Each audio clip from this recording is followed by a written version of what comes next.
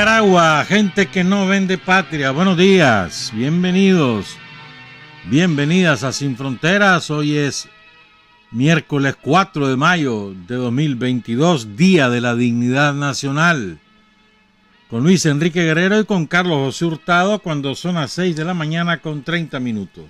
Sin Fronteras, la revista, con William Griggs Vivado, en la primerísima 91.7 y 105.3 FM.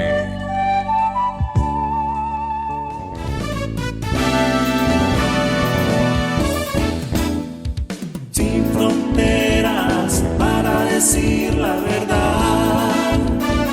Sin fronteras, trabajar, avanzar, combatir, vencer.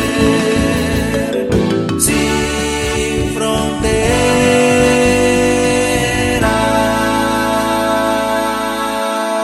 6 de la mañana con 34 minutos. Saludo a don Andrew Orozco Suárez, que está cumpliendo 6 años, creo que son, ¿verdad? Eso me dijo su bisabuela.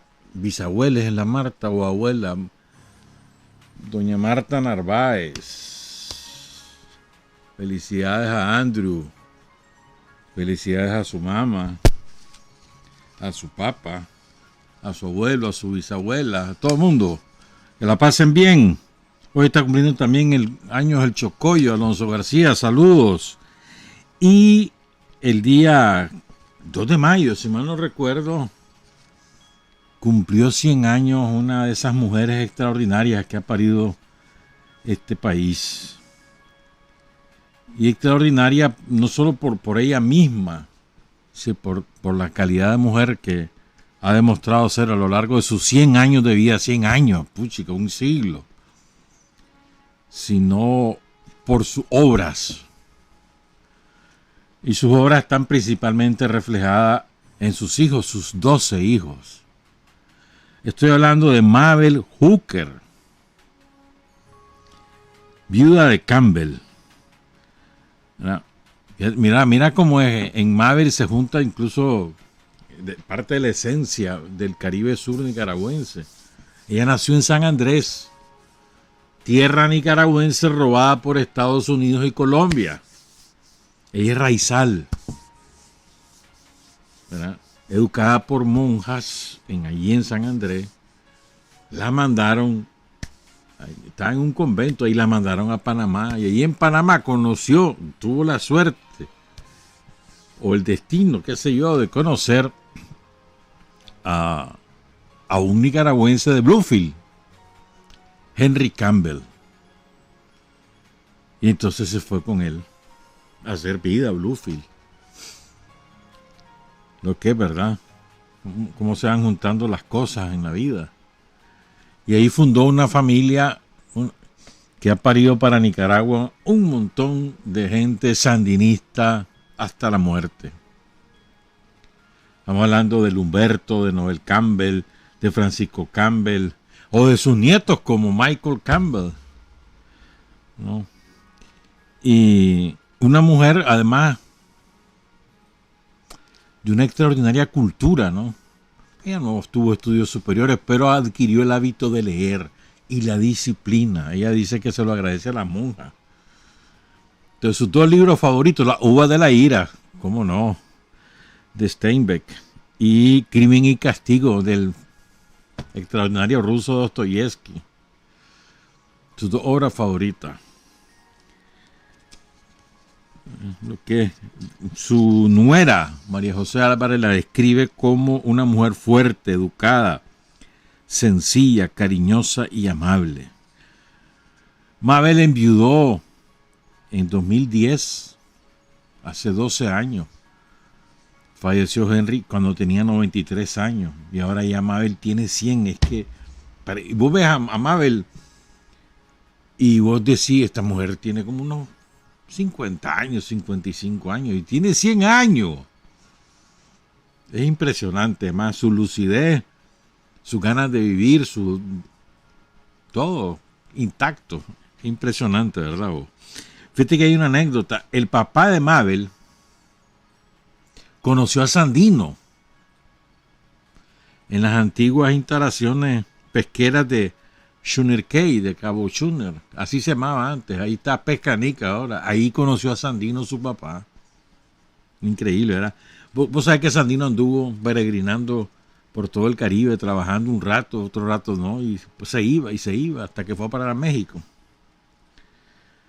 ¿verdad? Y queremos saludar a sus 9 hijos sobrevivientes, porque hay 3 fallecidos, a sus nietos, a sus bisnietos. Tiene 23 nietos, 16 bisnietos, y yo no sé cuántos tataranietos, por el seguro que los tiene. Entonces saludamos a Francisco, a Humberto, a Noel, a Bernalí, a Kevin, a Grace, a Bárbara, a Gregory y a Yadira. Y tiene 3 hijos fallecidos, que son Yolanda, Enrique y Antonio. Felicidades pues a Mabel Hooker de Campbell, la matriarca de la familia Campbell. Y felicidades también a sus hijos. Son las 6:39. Bueno, hoy es el Día de la Dignidad Nacional y vamos a hablar de eso, pero también voy a hacer algunos apuntes, algunos comentarios sobre esa pieza magistral de Daniel Ortega el sábado pasado. Si ustedes no lo han visto, si no lo han escuchado, no lo han leído, los invito a hacerlo con calma.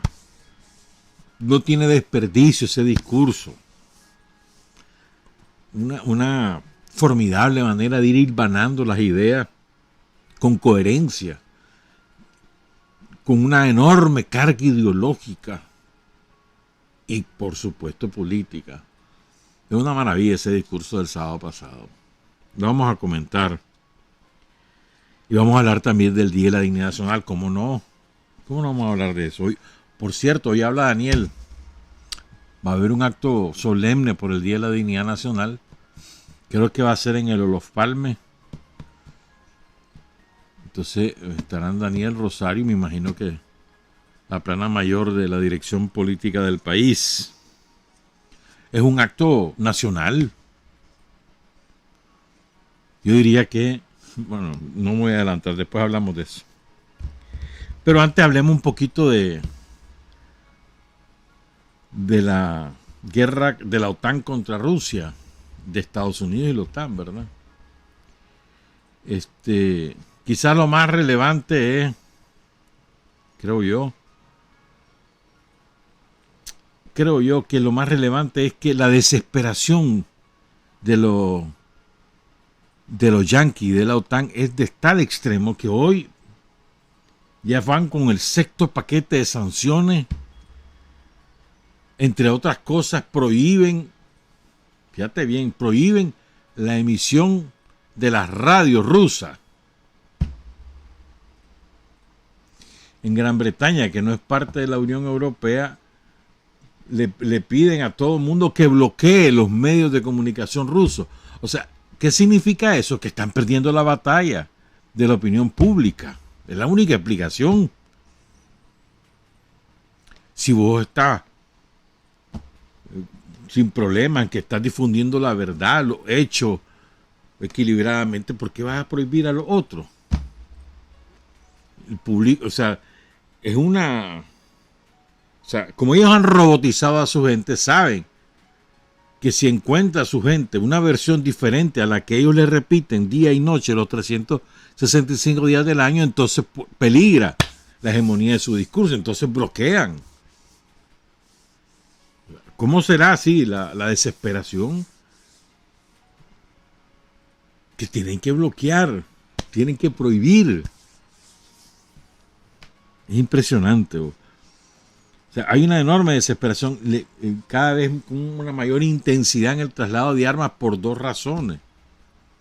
Primero, porque ven que no hay manera que los ucranazis puedan frenar al ejército de Rusia y a las milicias de Donetsk y de Luhansk.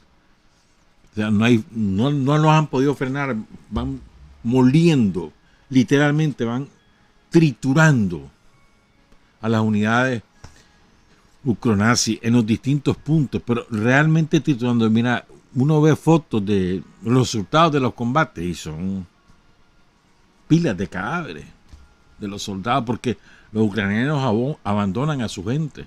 Entonces son los rusos los que se encargan de sepultarlos y les ponen, si tienen identificación, le ponen el nombre a la cruz, o si no, le ponen la fecha y la descripción en la cruz para que eventualmente los familiares puedan identificarlo. Pero es el otro día un camión lleno de cadáveres.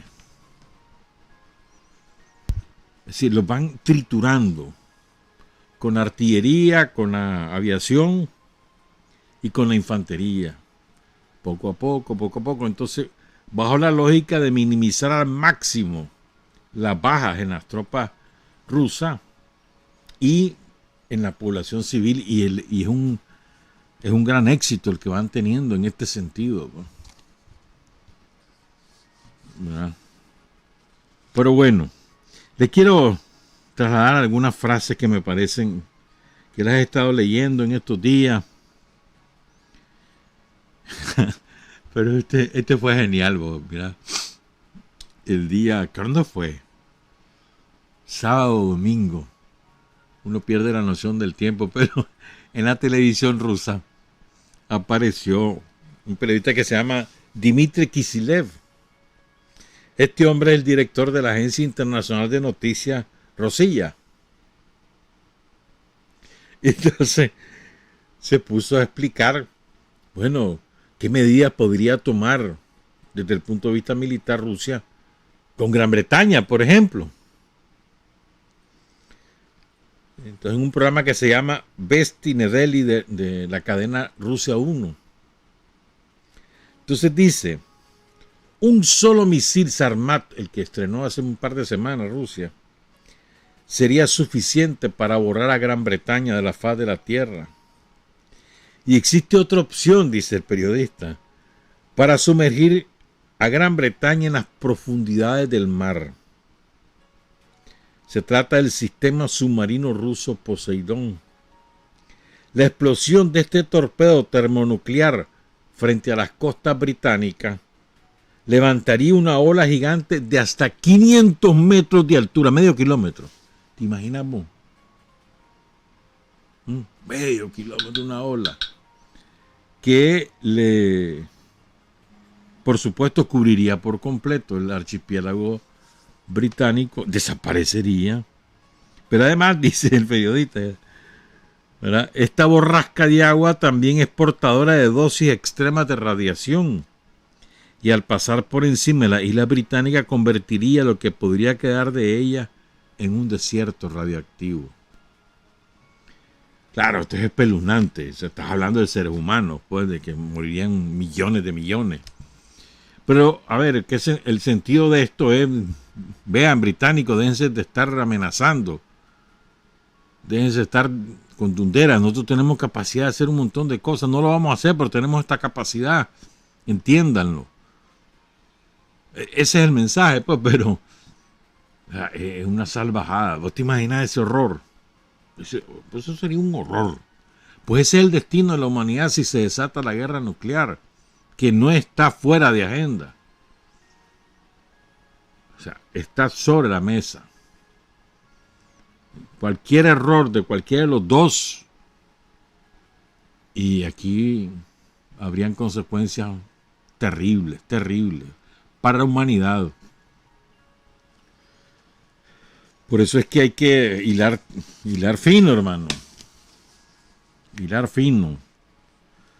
Fíjate que hay otra característica de lo que han estado haciendo los ucronazis, que me recuerda a lo que hicieron aquí, como lo recordaba Daniel, ya vamos a hablar de eso, de lo que están haciendo los ucronazis en Ucrania, y es en Ucrania, en Polonia y en los países bálticos, principalmente, pero no únicamente. Hay otros países que ya lo están haciendo. Y es que van destrozando los monumentos al heroísmo de los soldados soviéticos que los liberaron frente al nazismo. Entonces esto tiene toda una carga ideológica de enormes proporciones. La primera es destruir el recuerdo agradecido al ejército soviético. Borrar eso, porque hay que odiar a los rusos.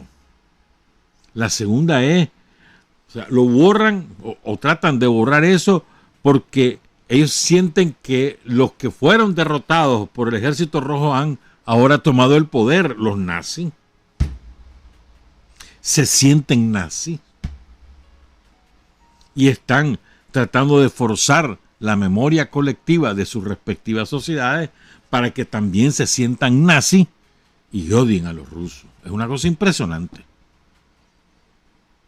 Estoy hablando de millones de soldados soviéticos que dieron su vida por liberar a esos pueblos, que hicieron actos heroicos de incalculables proporciones y que hoy un monumento en una aldea, en un pueblo, en una ciudad, son destruidos porque lo recuerdan, ese acto de heroísmo, lo destrozan, ¿verdad? Y eso refleja no menos de ser malagradecido. Pero bueno, esa es la realidad política hoy en día. Pero es un fenómeno interesante. Y si recuerdo lo de 2018 porque aquí la agarraron. Los somocistas la agarraron contra los monumentos a nuestros héroes. Me acuerdo muy bien lo que pasó en Monimbó. Pero no solo fue en Monimbó, en muchísimos otros lugares, destrozando las estelas. Porque eso, primero, eso agrede el sentimiento íntimo de cualquier sandinista. O sea, el que destruyan algo de tu héroe, eso te da un dolor y una rabia enorme. Segundo, porque es que ellos son somocistas, están destruyendo a los que les desalojaron del poder. Y tercero, porque también quieren destruir la memoria colectiva. O sea, el mismo pasó aquí, pues. O sea, el mismo procedimiento. Los ucronazis estrenaron estos procedimientos en el 2014, como hemos explicado en otras oportunidades, cuando dieron el golpe, ¿verdad? Bueno, decía, a propósito de la prohibición de los medios rusos, ya lo habían hecho con Russia Today, con Sputnik Radio, pero ahora es con todas las radios, impresionante. Pero hay el primero que empezó a hablar de lo que era manipulación del pensamiento, por lo menos que se tenga registrado, es uno de los discípulos de Sigmund Freud, sobrino también de él, que se llama Edward Bernays. Este hombre también fue asesor de varios presidentes de Estados Unidos y de los dueños de las empresas como Boeing, como Pfizer, como General Motors. Hablando de los años 20, hace un siglo. Y este hombre escribió, oigan esto qué interesante: la manipulación consciente e inteligente de los hábitos y opiniones organizadas de las masas. Repito, la manipulación consciente, o sea, deliberada, e inteligente, astuta diría yo más bien, de los hábitos y de las opiniones organizadas de las masas es un elemento importante en la sociedad democrática, en la sociedad capitalista. Los que manipulan este mecanismo oculto de la sociedad constituyen un gobierno invisible que es el verdadero poder gobernante en nuestro país. Somos gobernados. Nuestras mentes son moldeadas, nuestros gustos son formados y nuestras ideas son sugeridas en gran parte por hombres de los que nunca hemos oído hablar. Los grandes think tanks, centros de reflexión, pero gente que, o sea, ideas, o sea, hay algunas cosas, alguna vez voy a hablar de eso, porque hay algunas cosas que están pasando desde hace algunos años que yo no termino de entender cuál es su lógica. O sea, lo vamos a saber todo, pues, pero yo todavía, como soy muy bruto, todavía no termino de entender por qué. Pero ahí lo vamos a averiguar. Pero esto de la manipulación, ¿querés ejemplo? Medios de comunicación, sobre todo cine y la producción de series de televisión.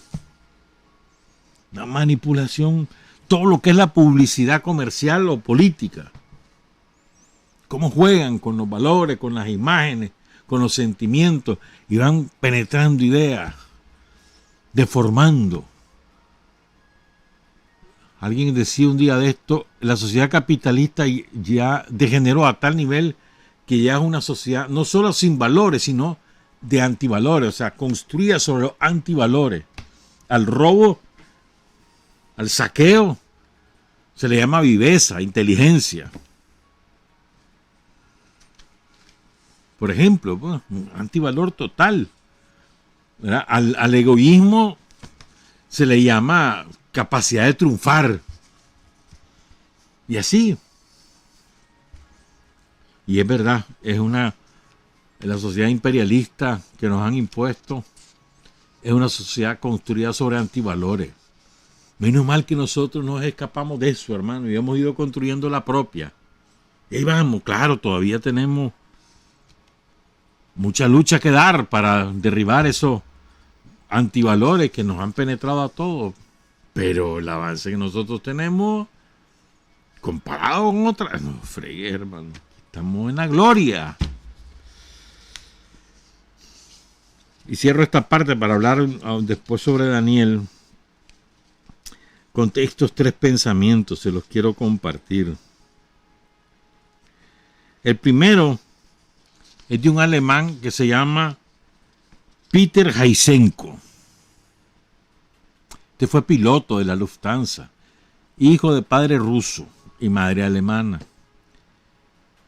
La Lufthansa era, no sé si sigue siendo la línea de bandera emblemática de Alemania.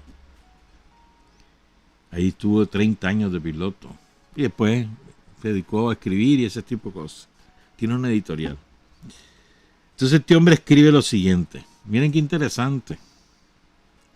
Hace 500 años fue un punto de inflexión en la historia de la humanidad. Se descubrió, entre comillas, América. Y oigan esto. Y se sustituyó a Dios por el dinero. Desde entonces, el dinero y la codicia han gobernado el mundo. Ahora veo, dice Peter Heisenko, que ha llegado el momento de poner fin a esta locura. Interesante, ¿verdad?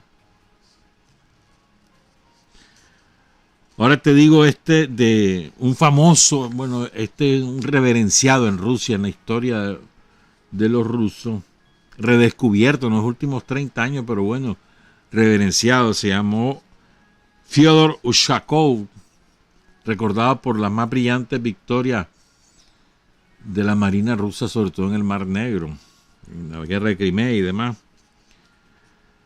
El almirante ruso más connotado del siglo XVIII, Fyodor Ushakov. Y este hombre tiene una frase que es muy apreciada entre los militares. Putin la citó en su discurso en Crimea hace un par de meses. Yo no sé si recuerdan ustedes que Putin llegó a Crimea a celebrar el aniversario de su liberación. Entonces él tiene esta frase: no desesperes, estas formidables tormentas se convertirán en la gloria de Rusia. Eso te lo trasladas a cualquier pueblo en lucha, te lo traslada a Nicaragua. No desesperes, estas formidables tormentas se convertirán en la gloria de Nicaragua. O sea, es una frase salvada. Y cierro con esta para entrar a Daniel. Este es del poeta nacional ruso. Es una maravilla ese Pushkin. Se llama el poeta nacional ruso, cuyos monumentos también están siendo destrozados en toda Ucrania y en los países bálticos y en Polonia. Alexander Sergeyevich Pushkin, o el café Pushkin, ¿te acuerdas? De la canción que la citamos el otro día, Natalie, los hermanos Arregada, los cargos no los Arregada. Dice Pushkin, oigan esto, hermano, esto es nos queda a nosotros bien.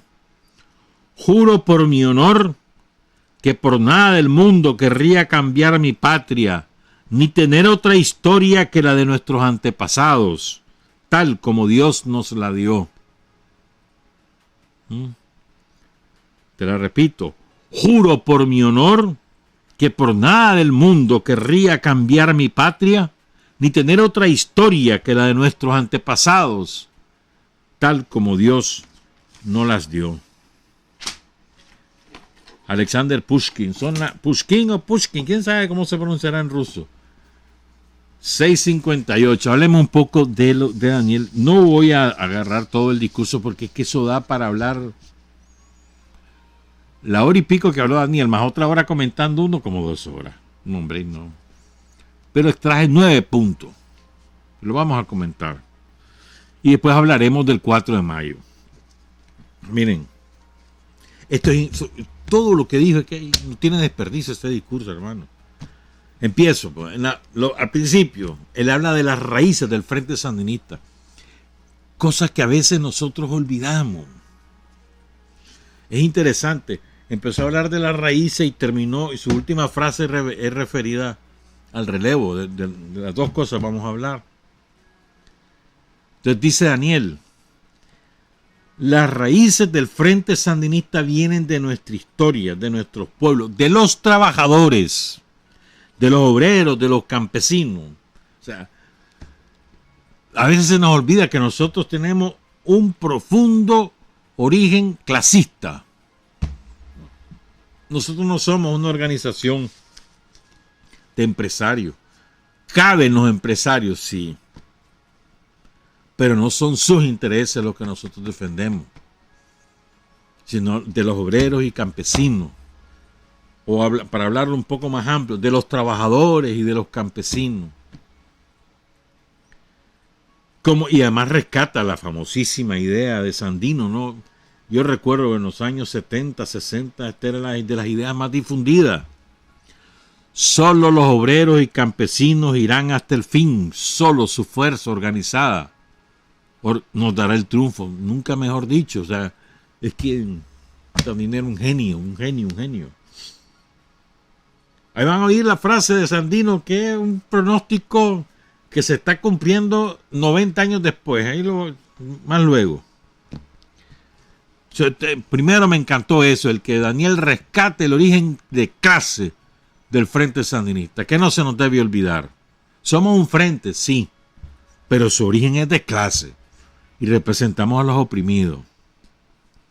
2, también me encantó, mano, que Daniel rescata la memoria de 2 grandes de la lucha mundial, Rosa Luxemburgo, la gran revolucionaria alemana asesinada por las hordas alemanas, que ya empezaba a surgir el nazismo.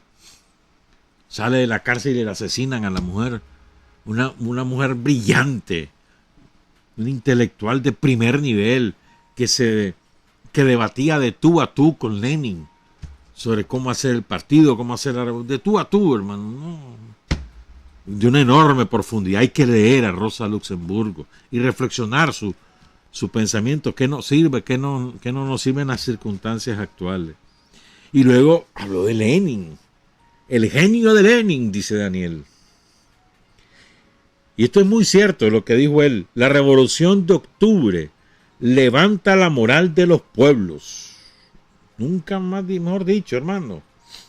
Tardó en expandirse la noticia por las circunstancias de las comunicaciones de la época. Ayudó mucho aquel famoso libro, 10 días que estremecieron al mundo, de John Reed. Ese es un libro maravilloso, léanlo. Los 10 días que estremecieron al mundo, de John Reed. También escribió uno sobre la Revolución Mexicana, pero es que te va contando cómo fue la Revolución de Octubre. Precioso, lo disfrutá, léanlo, se los recomiendo. Ahí está en internet, hombre, no solamente en físico.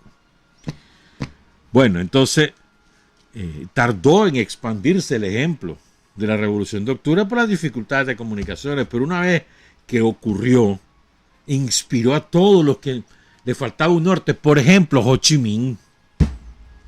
Ho Chi Minh lo cuenta, él estaba en París, y cuando él leyó a Lenin, dice que para él fue como abrírsele el mundo, y entonces empezó a tener sus propias ideas sobre Vietnam, sobre cómo organizar al pueblo de Vietnam. Uno de ellos, o sea, cómo tendrá de influencia lo que hizo Lenin. Es que es el más grande revolucionario del siglo XX, por lo menos, ¿verdad?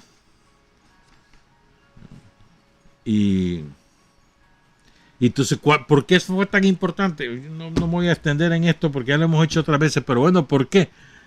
Llegan al poder los desarrapados, los hambrientos son los que llegan al poder de la mano de Lenin. Los obreros y los campesinos, esos son. Y ese ejemplo cunde.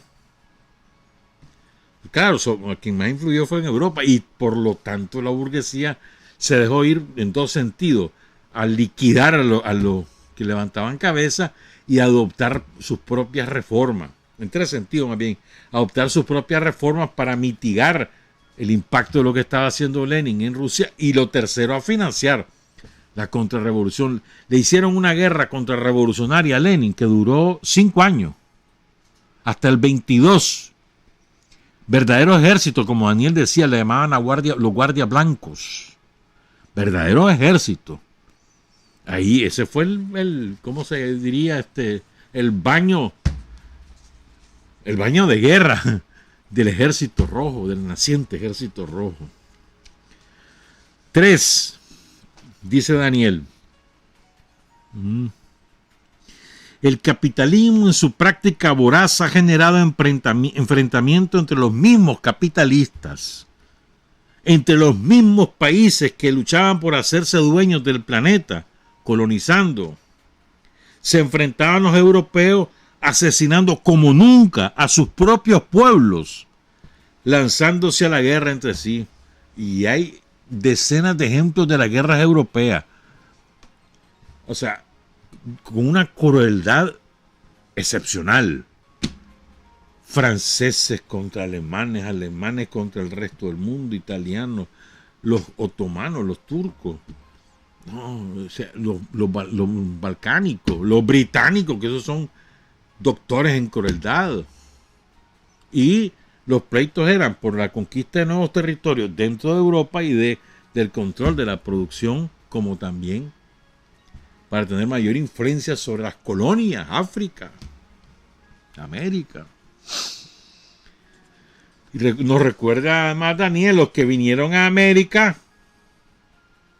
los británicos, los irlandeses que llegaron a Estados Unidos, los franceses que llegaron a Francia y a Estados Unidos, y los españoles que vinieron al resto de América, los portugueses que llegaron a Brasil, los holandeses que llegaron a una parte de la isla caribeña, como los franceses también, ¿ah? Los alemanes que anduvieron ahí de aventureros en algún lugar, como aquí en Nicaragua. Todo eso eran asaltantes. Es verdad, hombre, es verdad. Aquí ellos no venían aquí a darnos la civilización. Eran atrasados, retrógradas, analfabetos, incultos, que vinieron a asaltar sobre el poderío de las armas, que eran superiores a las que tenían los pueblos originarios. Y eso es lo que explica que ellos triunfaran. No lo explica su inteligencia, ni su conocimiento. Al revés, su brutalidad, eran brutos. Solo conocían el imperio de la fuerza con una crueldad extrema. Nos recuerda además Daniel, del mismo capitalismo, de las entrañas contaminadas del capitalismo surgió Hitler. Entonces describe a Hitler como un hijo del demonio capitalista. ¿Ah? Apoyado por los grandes capitales de Alemania, de Estados Unidos, que lo apoyaron cuando andaba en las campañas para buscar cómo asumir el poder en Alemania, algo que recordábamos la semana pasada.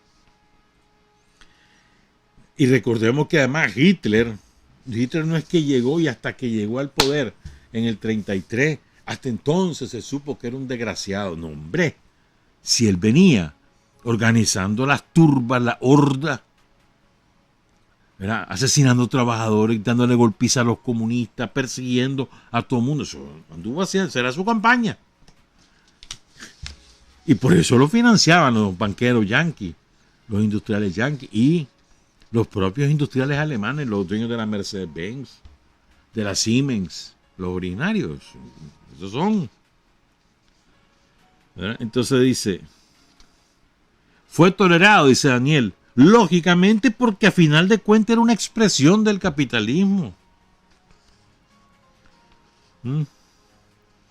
Y dice, y cuando Hitler se va sobre ello, lo que hizo fue poner en práctica lo que era costumbre en Europa, enfrentarse entre los europeos y a la vez disputarse los territorios en el resto del mundo. 5. Dice Daniel, el capitalismo es la expresión más desarrollada de la maldad que puede caber en el ser humano. Y aquí citó a Darío, que decía que en el hombre siempre existe mala levadura. Entonces dice Daniel, y esa mala levadura está concentrada en el capitalismo y llevó a Hitler a ir liderando una guerra victoriosa ocupando los países europeos. Aquí recordó lo que ya hacíamos la semana pasada, la humillante derrota del Imperio francés encabezado por Napoleón en Rusia. Y dio algunos detalles bonitos de cómo fue la derrota de Napoleón, de lo cual ya hablamos la semana pasada, pero lo recordó Daniel, ¿no? Después, entonces, en ese contexto dice, en este punto 6, Hitler se lanza contra Rusia, seguro de que la va a vencer. Entonces aquí me encanta otra cosa que hizo Daniel, recuperó el legado de Stalin. Ha sido vilipendiado por toda la doctrina de la burguesía, ¿verdad? Y algunos que les han seguido, que dicen que son de izquierda, y la verdad es que no hay un juicio equilibrado sobre Stalin. El hecho es que sin Stalin difícilmente hubiéramos podido derrotar la humanidad a Hitler. Y Daniel recupera ese legado y lo hizo con fuerza, como decimos los nicas, con huevo, ¿verdad? Dice, y se encuentran con una resistencia gracias a la dirección, al genio, a la conducción de José Stalin. O sea, nadie puede desconocerlo. Con todas las barbaridades que hablan de Stalin, con todo lo mal que hablen de Stalin, nadie puede desconocer el genio de Stalin. Cómo lograr estar en medio de esa guerra fabricando ellos armas para enfrentarse a la gran fortaleza militar que tenía el ejército nazi. Y fueron combates. El sitio famoso de Leningrado, un sitio que fue la resistencia de ese pueblo. Casi 2 años, más de 2 años. El sitio de Leningrado, la gente comiendo. Imagínate vos. Yo ya te conté esto, pero te lo recuerdo. Lo de Leningrado es una cosa que es inimaginable. O sea, la sitian una enorme ciudad, ¿no? Hoy es San Petersburgo. Una enorme ciudad. Y la gente, como no tenía de qué comer, acabaron con los gatos. Y después comenzaron con las ratas. Acabaron con las ratas. Y cuando no tenían ratas ni gatos, una de las cosas que hacían era mandar al chavalero, lograban salir, romper el cerco, ir a traer gatos, para comer gatos, porque no tenían qué comer. Y ese pueblo no se rindió. No solo no es que se rindió, sino que siguió combatiendo y matando nazis. Una cosa extraordinaria. Lo de Leningrado es una cosa, o sea, que te parece fuera de lo humano. O sea, es que es impresionante lo que hizo el pueblo ruso. Ahí en Leningrado. Y no cayó Leningrado, y a partir de ahí, para arriba, hermano. ¿Verdad? Entonces dice, no fueron los que se embarcaron en el famoso día D, Gran Bretaña y Estados Unidos, que se embarcan ahí en Francia y se unen a una parte del ejército y a la resistencia francesa. ¿Verdad? Dice, no son ellos los que llegaron, los primeros en llegar al búnker en Berlín, donde estaba el puesto de mando, la presidencia de Hitler. Los primeros en llegar fueron los soldados del ejército rojo, esa famosísima foto, ¿no? Donde está aquel muchacho poniendo la bandera y hay 2 que le están ayudando. Y eso no crean que fue, el poner esa bandera no crean que fue algo espontáneo, fue una decisión política que toma Stalin desde noviembre o diciembre del 44. ¿Verdad? O sea, mirá cómo estaban de seguro y cómo iban directos a vencer, que desde entonces toman la decisión de que hay que poner la bandera del ejército rojo en el Reichstag, ahí en la sede de Hitler. ¿no? Y así fue. Y así fue. Y dice Daniel, la mejor prueba del genio de Stalin y del aporte de Stalin es que al finalizar la guerra, más bien, bueno, antes que finalizar la guerra en febrero del 1945, febrero, sí, en Yalta, ¿verdad? ¿Quiénes se reúnen? Ahí está la foto famosísima. Se reúnen Churchill, Roosevelt, que estaba ya muy enfermo, y Stalin. ¿Con quién se fueron? ¿Quiénes? Bueno, ¿y quiénes llegaron a acuerdos ahí? ¿Hasta dónde iba a llegar cada quien? ¿Y qué iba a pasar después? O sea, ahí acuerdan las líneas generales de la posguerra, las líneas generales. ¿Ya no? Y no pudieron ignorar a Stalin, no podían decir, no, Stalin es malo, ahora dicen, ni que era Dios Stalin. Claro, después hablaron pestes de Stalin, pero en ese momento no, se sentaron con Stalin, ahí está la foto para la historia, que refleja la verdad de este hecho histórico.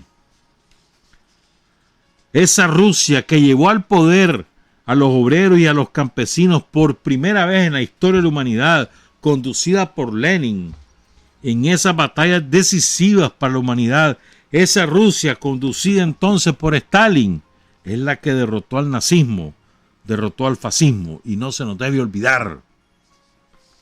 Claro, esa es una de las cosas que borran de la historia estos cabrones. Los yanquis, los franceses, los alemanes, por supuesto, los británicos, los españolitos, los italianos, todos ellos. No, los grandes héroes somos los norteamericanos, los británicos. Luego sabés, si llegaron de último, ya cuando ya veían que la Unión Soviética avanzaba, hermano, si no nos metemos, este hombre va a llegar a quién sabe hasta dónde, así que entremos. Ahora, después habló de Ucrania. Lo hizo sobre la base de hechos históricos. Primero mencionó al principio que en Ucrania se habían formado ejércitos a favor de Hitler. Porque ahí en Ucrania desde los años 20 había una fuerza nazi por razones raciales y tienen que ver un poco también con la religión. Fíjate que las ideas racistas y nazis en Ucrania tienen una raíz católica opuesta a la ortodoxia de la iglesia rusa. Otro día hablamos de eso, pero tienen una raíz católica y empezó en el siglo XIX, 1870, en las 3 últimas décadas del siglo XIX. Desde entonces ahí empezó a sembrarse la semilla, el germen del odio, del racismo, de la supremacía blanca, allí, en el occidente de Ucrania y parte de lo que es Polonia hoy. Entonces se lo recuerda Daniel. ¿Verdad? Dice, ahí había una fuerza nazi, por razones raciales, que son los que están ahí ahora también provocando ese baño de sangre. Y luego habla de la guerra. En este mundo que está sacudido por esa guerra, una guerra donde no vamos a cerrar los ojos. Oigan, ahí está afrentada Rusia luchando por su seguridad, luchando contra los nazis que quedaron gobernando y asesinando en Ucrania, donde dieron un golpe de Estado en el año 2014. Hubo un golpe de Estado y fue brutal aquello. Ahí están las imágenes que se pueden ver. Los actos de terrorismo que han practicado en Venezuela o aquí en Nicaragua son de la misma escuela, asesinando, quemando Odessa, por ejemplo, ¿no? El aniversario de la masacre, de la matanza de Odessa fue el lunes. 48 compañeros y compañeras asesinados, quemados vivos, o a balazos, o a golpes. Ahí en Odessa, en 2014, 2 de mayo de 2014, esa masacre jamás ha sido investigada de sus autores con nombre y apellido y por lo tanto juzgado. Más bien juzgaron a las víctimas y las metieron presa. En serio. Pueden ustedes encontrar esa documentación, hay abundante documentación de eso. Entonces recuerda, Daniel, eso, ¿no? Bajo la bendición, el aliento, la conspiración, los recursos del imperialismo norteamericano y el imperio europeo, coordinados por Victoria Nuland, que en aquel tiempo era la jefa de la OTAN para ese sector y que hoy es la subsecretaria de Estado y ahí anda peregrinando en toda América Latina presionando a los gobiernos para que se sumen a las acciones contra Rusia. Esa, la Victoria Nuland. Esa delincuente, esa criminal de guerra es la que coordinó eso. Ahí se juntaron todos para provocar ese golpe de Estado y desde entonces se impuso nuevamente ahí en Ucrania el fascismo, el nazismo. Daniel. 8.8, ¿no? Ya vamos cerrando. Ese fascismo, recuerda Daniel, que ha cometido crímenes tan horrendos, es hijo del capitalismo, que no se nos olvide. El fascismo no es una perversión, no. Es un hijo del capitalismo, lo creó el capitalismo a sabiendas de lo que estaba haciendo y cuando ya no le resultó útil lo mandó un carajo, pero ahora otra vez le resultó útil y lo resucita. Y va y lo mata y lo resucita, según las circunstancias, lo que necesiten los dueños del dinero, los plutócratas. Según sus propias necesidades, van matando, ¿cómo es? No matando, lo van reduciendo o aumentando, reduciendo, dependiendo del país, las circunstancias históricas y la región. ¿Verdad? El fascismo es hijo del capitalismo, es hijo de esa Europa que se decía y se dice democrática. Y ese fascismo inventó hornos para llevar ahí a familias enteras simplemente por tener sangre judía. 6 millones de judíos, hermano, por ser judíos. Una cosa espantosa. Niños, adultos, ancianos, donde los encontraban en cualquier país de Europa que los encontraban, los montaban en el tren. Y en el caso del Vaticano, el Papa Pío XII, cómplice de eso, e iban para los campos de concentración. Mira cómo era de terrible lo que hicieron los nazis. No solamente los experimentos que hicieron, ¿verdad?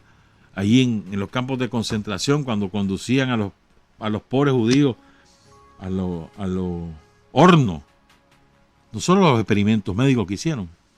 Te voy a contar algo. Yo no sé si vos lo sabías. Vos sabías que los nazis, cabrones, fabricaron almohadas con el pelo de los judíos que habían asesinado. Y exportaban las almohadas por toda Europa. Y los grandes ricachones que estaban en connivencia con los nazis que ocupaban esos países, dormían sobre almohadas con los cabellos de los judíos asesinados. Así de horrendo. O los famosos jabones, pues experimentaron haciendo jabones, exprimían la grasa corporal y fabricaban jabones. O sea, es de un espanto. O sea, ¿cómo puede llegar el degenere a ese nivel de los seres humanos? Pues eso lo parió Europa, hermano. Democrática. Y el punto final, con esto cierro lo de Daniel, porque es imprescindible, hermano, hablar de esa frase genial. O sea, en 3 líneas, 4 líneas, Daniel concentra un mensaje para todos, hermano, para todos nosotros los sandinistas.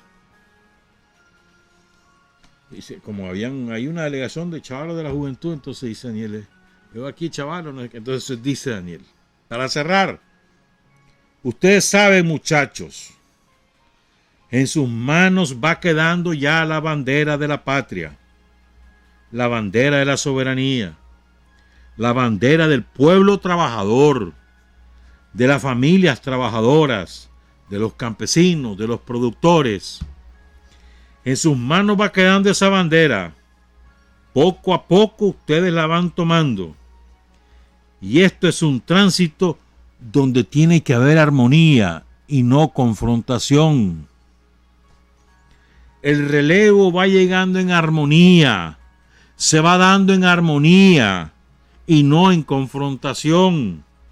Porque el que alimenta la confrontación, entonces atenta contra la unidad de la familia sandinista y de las familias nicaragüenses y de la patria. Y esto es un mensaje, hermano, para veteranos y para novatos. Esto no solamente tiene un destinatario, para veteranos y para novatos. Novatos que a veces quieren confrontarse con los veteranos en el afán de ocupar espacio y al revés, veteranos que quieren defender espacio confrontándose con los novatos. Y esto no es así. Armonía, dice Daniel, tiene que ser en armonía, ¿verdad? Y el que alimenta la confrontación atenta contra la unidad de la familia sandinista. Repito, eso no tiene un único destinatario, tiene múltiples destinatarios, y el que le caiga el guante que se lo plante. Pero agarremos cábula, hermano. O sea, un mensaje clarísimo, una instrucción, una orientación que nos hace nuestro líder, nuestro jefe, Daniel Ortega. Regresamos, 7:24. Hay hombres que luchan un día y son buenos. Hay hombres que luchan un año y son mejores. Pero hay hombres que luchan toda la vida. Esos son los imprescindibles. 7 de la mañana con 28 minutos, montones de caravanas, de dianas en todo, bueno, no sé si en todo, pero la inmensa mayoría de municipios del país, en saludo a Sandino, el Día de la Dignidad Nacional. ¿Por qué es tan relevante un día como hoy? Por cierto, hoy es el aniversario, el 17, 17 aniversario de doña Lidia, la mamá de Daniel, y militante de la causa sandinista, una mujer muy valiosa que desgraciadamente, como es la mamá de Daniel, pues su papel queda reducido por la figura de su hijo, pues, pero fue de enorme relevancia su trabajo, tanto en los años 70 con las madres de presos políticos como en los años 80 con las madres de héroes y mártires. Ella murió el 4 de mayo de 2005.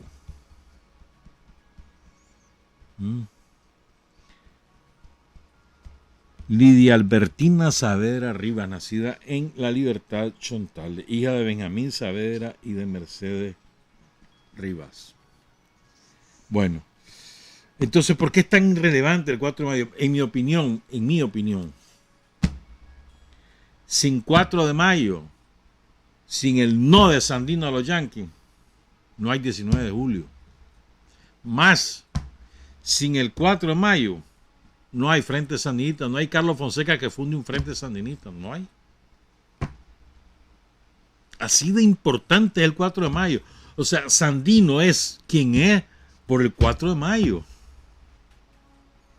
O sea, Sandino, porque le dicen no a los gringos, se organiza a los campesinos y derrota a los yanquis. Pero si no se ha revelado el 4 de mayo, o sea, es de una importancia extraordinaria. Eso desde el punto de vista, digamos, de eventos históricos, de sucesos que han marcado la historia nacional. Pero te digo otro. 4 de mayo, el día que Sandino, un hombre que no era de abolengo, de la aristocracia granadina o leonesa, un hombre de hijo natural, le decían en la época, hijo ilegítimo, sin educación formal, sin haber ido a bachillerado, ni tampoco ir a estudiar a ningún sitio, ni a París, ni a Londres, como se usaba en aquella época. No. Un hijo de artesano, decía él. Hijo de una cocinera, analfabeta. Pues ese hombre le dice que no a los gringos. Y no solo le dice que no, sino que además organiza la resistencia armada. Y la hace con chapiollo, con los descalzos. O sea, los descalzos irrumpen en la política nacional con su propio protagonismo, con Sandino de protagonista. Es excepcional. Hasta ese momento en la historia de Nicaragua, la lucha política era entre los sectores de las clases dominantes, entre los ganaderos o los agricultores, los grandes terratenientes, de Granada o de Rivas o de Chontales, contra los comerciantes de León, los grandes comerciantes y también terratenientes. Hasta ese momento así era la cosa. Y los indios no contaban. Los campesinos no contaban. La gente moría de hambre. Literalmente. Se metían a la guerra porque los dueños de las haciendas los mandaban a los mozos. Pero además, si había sequía, no tenían más remedio que por lo menos ahí comían. Y se vestían. Entonces, es de una importancia descomunal lo que ocurrió un día como hoy, en 1927. Es extraordinario. Hablando de 85 años. Fíjense, les quiero contar algunas cosas. Estaba releyendo el pensamiento, el general de Hombres Libres, del extraordinario investigador, periodista, compilador, historiador Gregorio Seltzer. Hay un libro de él sobre las intervenciones norteamericanas, tiene como 6 tomos. Con qué escrúpulo hacía su trabajo Gregorio Seltzer, una maravilla. Entonces, ahí cita, por cierto, que vos sabés que un oyente de la radio nos trajo el otro día una colección en físico de una revista costarricense, aquí hemos hablado de ella, donde están los escritos de Sofonía Salvatierra. Está bastante deteriorada y va a costar, mano, dejarlo eso lo suficientemente resguardado, pero es una maravilla y lo agradezco infinito. Cometí el error, la falta de cortesía, la estupidez de no preguntarle el nombre al compañero para rendirle las gracias públicamente, pero vino él aquí a dejarnos eso, una cosa maravillosa. Pero bueno, entonces ahí cita Gregorio Seltzer un pasaje de Sofonía Salvatierra que lo quiero compartir con ustedes para que entiendan las circunstancias que vivía el campesino nicaragüense durante la ocupación yanqui. Dice Sofonía Salvatierra: las fuerzas invasoras, dando la aplicación efectiva a la frase convencional de que todos los que no se les sometían eran bandidos, adoptaron la táctica del terror.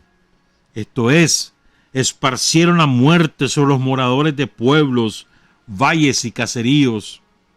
Mataban sin piedad al pobre e indefenso campesino, unas veces ametrallando la vivienda rural, otras los apresaban y les aplicaban la ley fuga, o los hacían subir a un árbol, y cuando estaban arriba del árbol, hacían concurso de tiro al blanco, los tiraban para gozarse con su caída.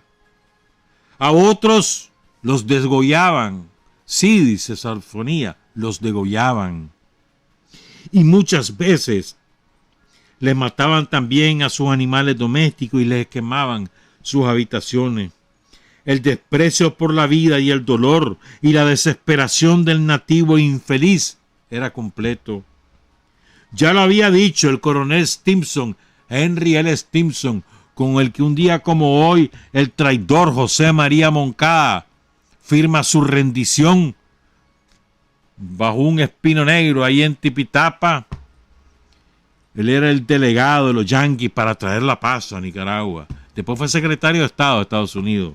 Henry L. Stimson ya lo había dicho en un libro que publicó poco después de la pacificación del 4 de mayo, donde manifestó sustancialmente, según referencia, y oigan esta frase, por eso lo quiero decir, que uno de los errores de España fue no haber suprimido a todos los indios. Y eso lo piensan muchos españoles de hoy en día, que eso fue uno de sus grandes errores, no haberlos terminado de matar a todos. Y que por eso es que después se rebelaron y se acabó el Imperio Español. En serio, eso lo dicen.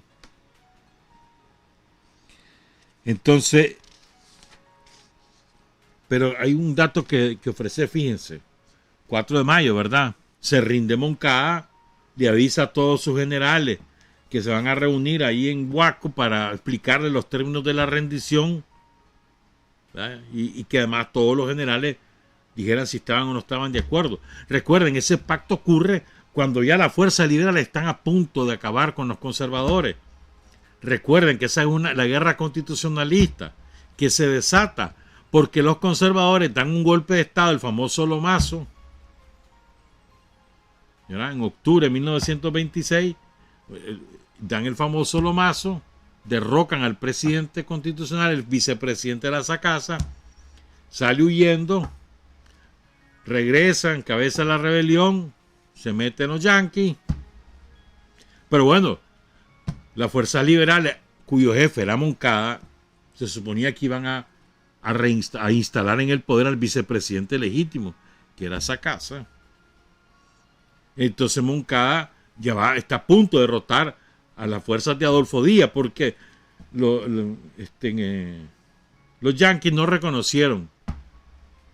En 1925 no reconocen a Emiliano Chamorro, sino que le dicen que no, porque había bueno, eso es otro cuento. La cosa es que ponen a Adolfo Díaz otra vez. Ya lo vienen a derrotar. Viene Sandino con su columna en la Segovia, etcétera.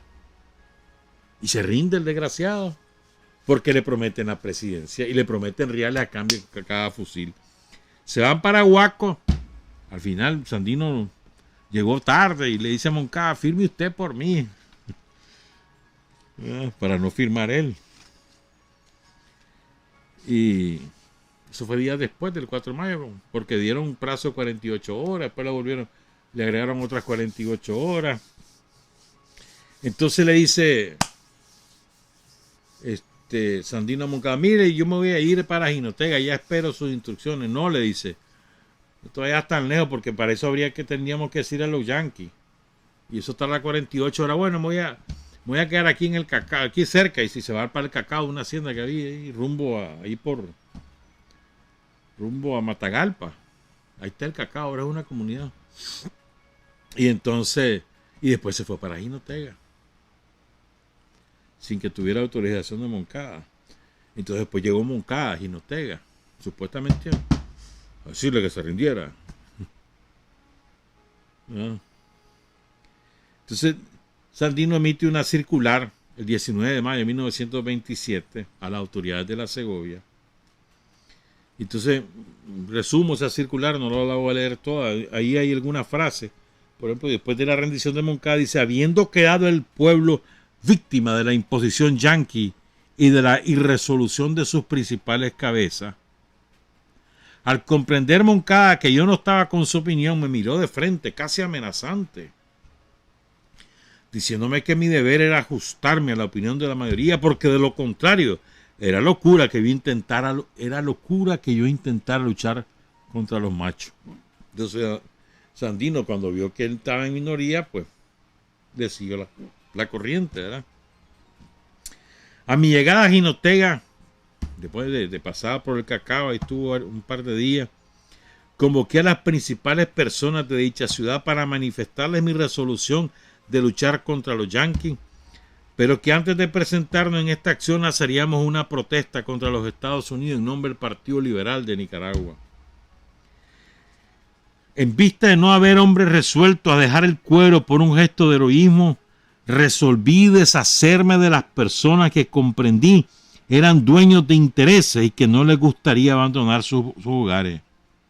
Que esto es sumamente importante. O sea, Sandino entiende las cosas.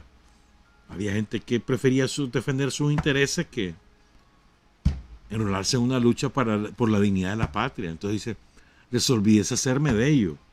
Porque Sandino baja a Huaco. Cuando él baja a Huaco, él lleva una columna de tipo 800 hombres. ¿Ya? Pero con la rendición de Moncada, más la oferta que le ofrece, no me acuerdo cuántos dólares por cada fusil, y además le ofrece tierra y amnistía y no sé qué. Entonces el ánimo rápidamente decae, ¿no? Entonces el mismo Sandino escribió, dice: cada minuto que pasaba se hacía más difícil contener aquella ola de desertores y claudicantes. De manera que ya para el 21 de mayo de 1927, La columna, que era de 800 hombres, ¿verdad? Ya eran solo 29, que son los que firman. Y cuando llegan a San Rafael, a Yalí, 3 días más tarde, ya solo quedan 21 de los 800. ¿Ya? Y dice Sandino en esa circular del 19 de mayo, no me importa que se me venga el mundo encima, pero cumpliremos con un deber sagrado. Por todo lo dicho, protestaré por mi propia cuenta si es que no hay nadie quien me secunde. Clase de valentía la de Sandino, hermano, y de convicción, ¿no? No importa que se me venga el mundo encima, pero cumpliré con un deber sagrado. Luego, el 23 de mayo, en otra circular, 4 días después, ahí está su famosísima frase. Mi resolución es esta. Yo no estoy dispuesto a entregar mis armas en caso de que todos lo hagan. Yo me haré morir con los pocos que me acompañan, porque es preferible hacernos morir como rebeldes y no vivir como esclavos. Mientras tanto, permaneceré aquí esperando la determinación del coronel Stimson respecto a nuestro asunto. Al día siguiente, el 24 de mayo, a ver, les cuento pues, el 20 de mayo, creo que es el 20 de mayo, Moncada llega a Jinotega, llega con el propósito de obligar a Sandino a rendirse. Después le manda a su papa a quererlo convencer. A ver si nos da tiempo de hablar de eso.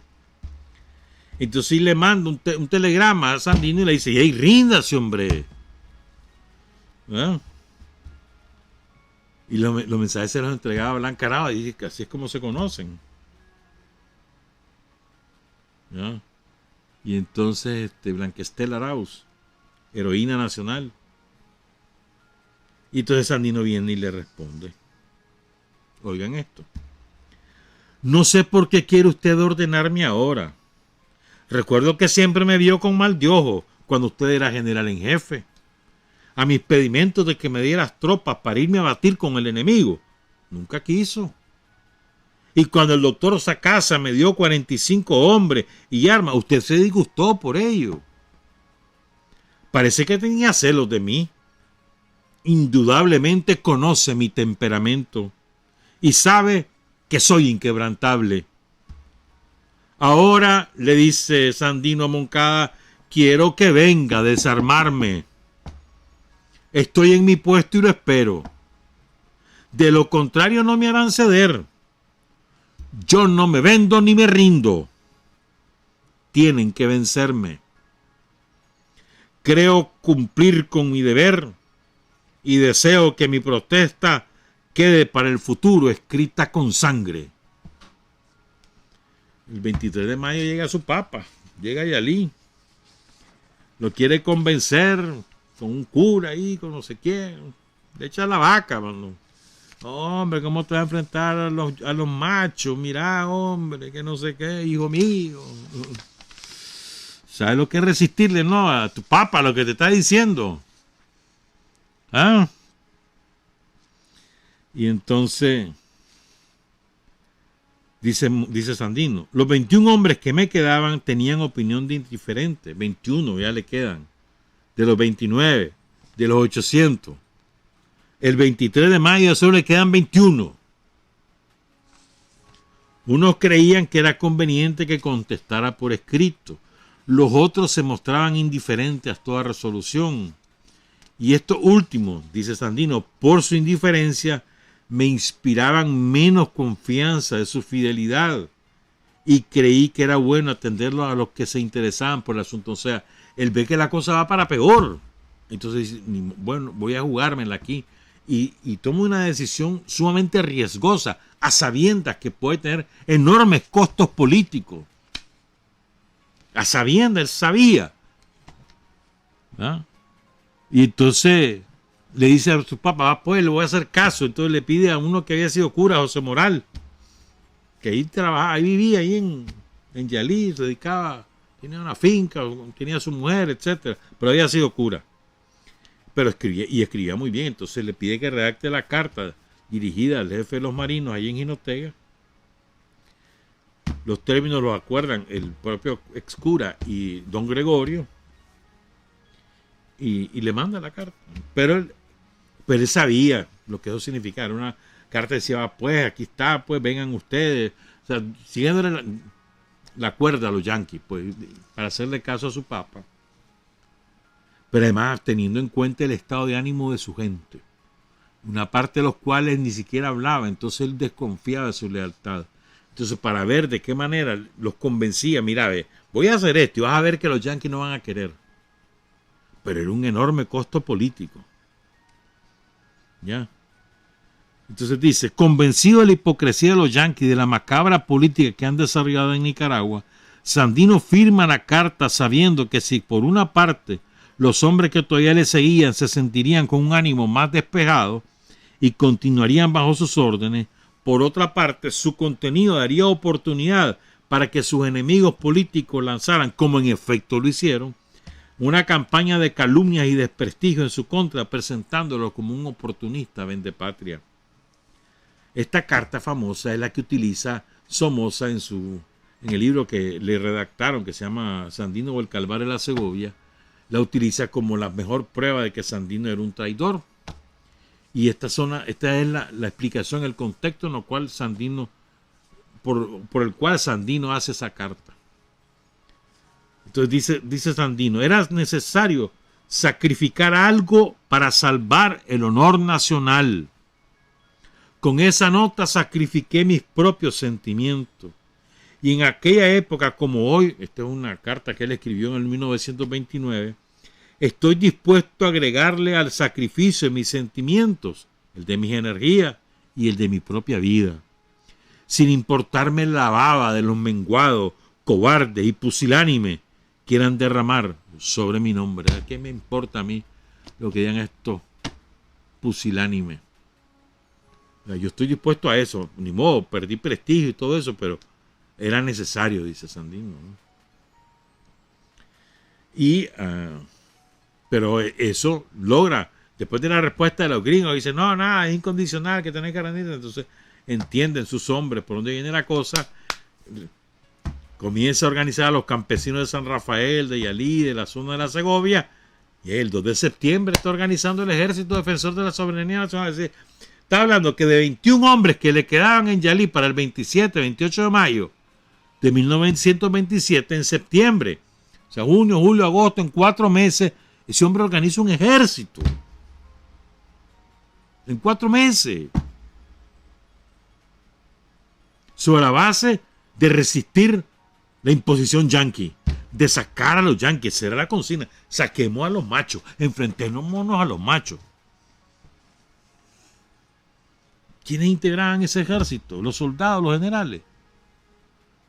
Campesinos medianos y campesinos zarrapastrosos, descalzos, analfabetos, indios puros, matagalpas y segovianos. Esos eran. O sea, te estoy hablando, en menos de 4 meses, hombre, organizó un ejército. Se quedó con 21.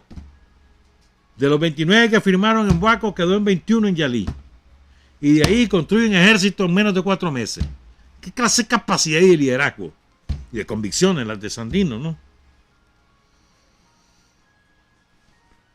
Esto es sumamente importante. Entonces, incluso al final de la guerra contra los machos, te está hablando tipo julio, agosto del 32. Acuérdense que los machos los sacamos el 1 de enero del 33. Ya Sandino tenía 6.000 hombres en el ejército. 6.000 de la época, hermano. Nicaragua tendría en aquella época 300, máximo 400.000 habitantes. 6.000 tenía Sandino organizados como ejército. ¿Qué clase de fuerza la de ese hombre, ¿verdad? Incluso tenía infantería, caballería, hasta también su aviación. Otro día hablamos de eso. Entonces, después él contestó todas las calumnias que le lanzaron. por esa decisión que él tomó en Yalí. Y dice, se han detenido con la lengua de fuera y babeantes los ojos encendidos como un par de reses rabiosas, incapaces de comprender ni apreciar el soplo divino que ilumina el cerebro de los hombres que aceptan el sacrificio de su vida en los momentos culminantes para salvar del oprobio aún a las mismas reses que se dejan marcar y que todos quieren babearlo y ajarlo con sus cascos sucios y asquerosos, errados con el oro del amo, que el amo les ha puesto para que con su servicio reporten más ventajas a las cajas fuertes de los cajeros de Wall Street, del banquero, perdón, de Wall Street. Es que, hermano, les doy ir con todo, sin asco, hermano. Chancha les está diciendo aquí. Vaca, marcadas por el amo, babiada, casco sucio. ¿Ah? Después le mandó una carta el 6 de marzo de 1921, cuando ya sale del poder Calvin Coolidge. Entonces le manda una carta al sucesor, que es Herbert Hoover. Es una carta, hermano, esa es una pieza, todita la carta, pero es muy larga. Para leerla completa, y ya son las 7:53, no hay manera. Aunque el otro día yo iba apurándome y vinieron como a las 8:10. Los compañeros del MEFCA, cada día vienen más tarde. Hoy te gusta, en serio. Pero bueno, entonces ahora voy a hacer yo, voy a leer gran parte de esta carta. Es una maravilla, léanla, está la tiene publicada, por supuesto, Gregorio Seltzer, está también en el Pensamiento Vivo de Sandino. La carta al presidente Hoover del 6 de marzo de 1929. Extensa. Le cuenta la historia, cómo es la cosa, mano, cómo pasó aquí la injerencia yanqui. Le dice,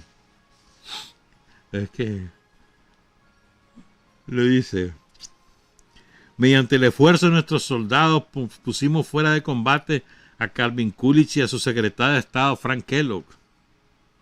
Es el par de insolentes que mandaron asesinar descaradamente a mi patria, desolando nuestros campos en el incendio, violando a nuestras mujeres y pretendiendo arrebatarnos nuestro sagrado derecho a la libertad. Nuestro ejército libertador está, como siempre, firme y vencedor, y a la expectativa de la orientación que usted dé a la macabra y subterránea política que Coolidge y Kellogg dejaron pendiente en Nicaragua, haciendo del conocimiento de usted que estamos dispuestos a castigar implacablemente todo abuso de Estados Unidos en los asuntos de nuestra nación. Nicaragua no le debe ni un centavo a Estados Unidos, pero ellos nos deben a nosotros la paz perdida en nuestro país desde 1909, cuando derrocaron a Zelaya, en que los banqueros de Wall Street introdujeron la cizaña del dólar en Nicaragua. Por cada millar de dólares que han introducido a mi patria los banqueros yanquis, ha muerto un hombre nicaragüense y han vertido lágrimas de dolor nuestras madres, nuestras hermanas, nuestras esposas y nuestros hijos. Adolfo Díaz dice, un empleadillo de cuarta clase. Y viene, ¿verdad? Si toda la sangre derramada y todos los cadáveres de nicaragüenses que han hecho los dólares de Wall Street desde aquella época hasta el presente se pudieran recoger para que un 4 de julio los estadounidenses imperialistas de Washington y New York comieran esos cadáveres y bebieran la sangre de mis compatriotas, no alcanzarían a comérselos y bebérselos entre todos en el Festival de la Independencia de Estados Unidos, celebrado en un 4 de julio. Para que todos los yanquis se comieran eso, no alcanzaría el 4 de julio. Los banqueros de Wall Street, endiosados con su dólar, se valieron de Adolfo Díaz y de algunos corrompidos nicaragüenses, instrumentos creados por los propios banqueros, para hacer que Nicaragua aceptara préstamos que nosotros no necesitábamos. Esos banqueros escogieron a tal desnaturalizado con el fin de celebrar tratados y pactos que les dieran apariencia de legalidad y así apoderarse de Nicaragua. Es que retratados los vendepatrias, toda la aristocracia granadina y leonesa. Y Managua también, que no nos escapamos. Aquí habían muchos vendepatrias también. O sea, los yanquis, los banqueros escogían, les pagaban, con eso los ponían de presidente, firmaban los préstamos, firmaban la solicitud para que quedaran los marinos, ellos mismos, los banqueros. O sea, es que está retratado el procedimiento de los yanquis. Entonces, y ahora, o sea, un diagnóstico cabal el que hace Sandino. No necesitó ir a ninguna universidad para aprender a diagnosticar la realidad, simplemente sentía el corazón, en su corazón, en su pensamiento sentía el ser nicaragüense. Es una cosa impresionante, Sandino. Después cuenta lo de los famosos tratados, que era prohibido, que no reconocería ningún gobierno centroamericano a nadie que llegara al poder por golpe de Estado. Ya los he contado eso otros días. Después le impone el Tratado de Chamorro Bryan y toda esa onda. Pues. Dice, en aquella época, dice Sandino, los banqueros de Wall Street se consideraban dueños y señores de Nicaragua.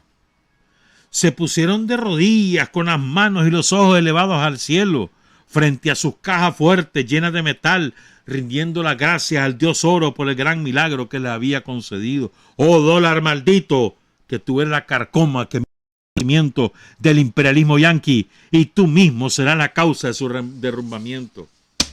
Este es el pronóstico de Sandino. Oigan esto. Oh dólar maldito, que tú eres la carcoma que mina los cimientos del imperialismo yanqui y tú mismo serás la causa del derrumbamiento. ¿Qué es lo que está pasando ahorita? ¿Qué está pasando ahorita? Se está derrumbando el dólar. Y con el dólar se van los yanquis. No va a ser de un día para otro, ¿verdad? Pero eso es lo que está ocurriendo. Y dijo Sandino, tú mismo serás la causa de su derrumbamiento. Profecía. No fue menor, dice Sandino, el regocijo de los hipócritas vendidos vendepatrias nicaragüenses que se sostenían en el poder en aquel tiempo como hoy apoyados en las bayonetas yanquis. Ya me tengo que saltar porque ya son las 8. Mr. Hoover, si usted tiene ojos para mirar, mire. Si tiene oídos para oír, oiga. Le tiene cuenta, si no usted al pueblo que representa. Coolidge y Kellogg son un par de fracasados políticos norteamericanos. En Nicaragua no tienen ustedes más amigos que un pequeñísimo grupo de hombres inmorales que no representan el propio sentimiento del pueblo nicaragüense. Yo estoy representando con mi ejército el propio sentir de nuestros conciudadanos, la gran mayoría de nicaragüenses que no están empuñando el rifle en mi ejército en espíritu, están conmigo. Todo lo tienen ustedes, dice, pero le falta una cosa, Dios, citando a Roosevelt, ¿no? Bueno, y cierro con esto. Antes, el 15 de mayo de 1927, Sandino había escrito esto. Moncada decretó el 4 de mayo día de fiesta nacional por la rendición, pero dice Sandino, el 4 de mayo debe ser efectivamente día de la fiesta nacional.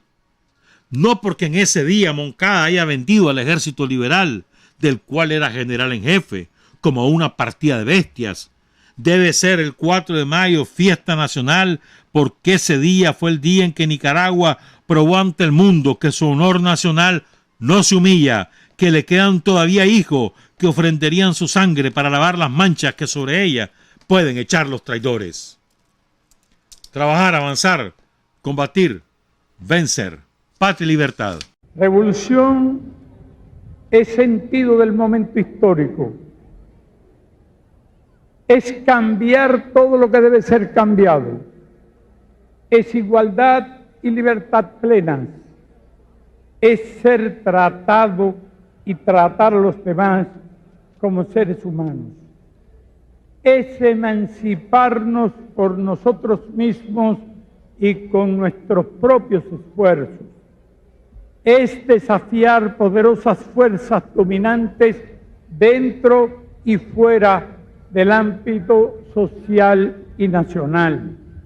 Es defender valores en los que se cree al precio de cualquier sacrificio.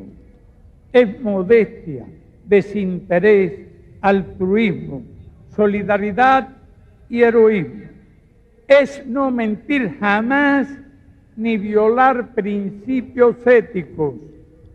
Es convicción profunda de que no existe fuerza en el mundo capaz de aplastar la fuerza de la verdad y las ideas.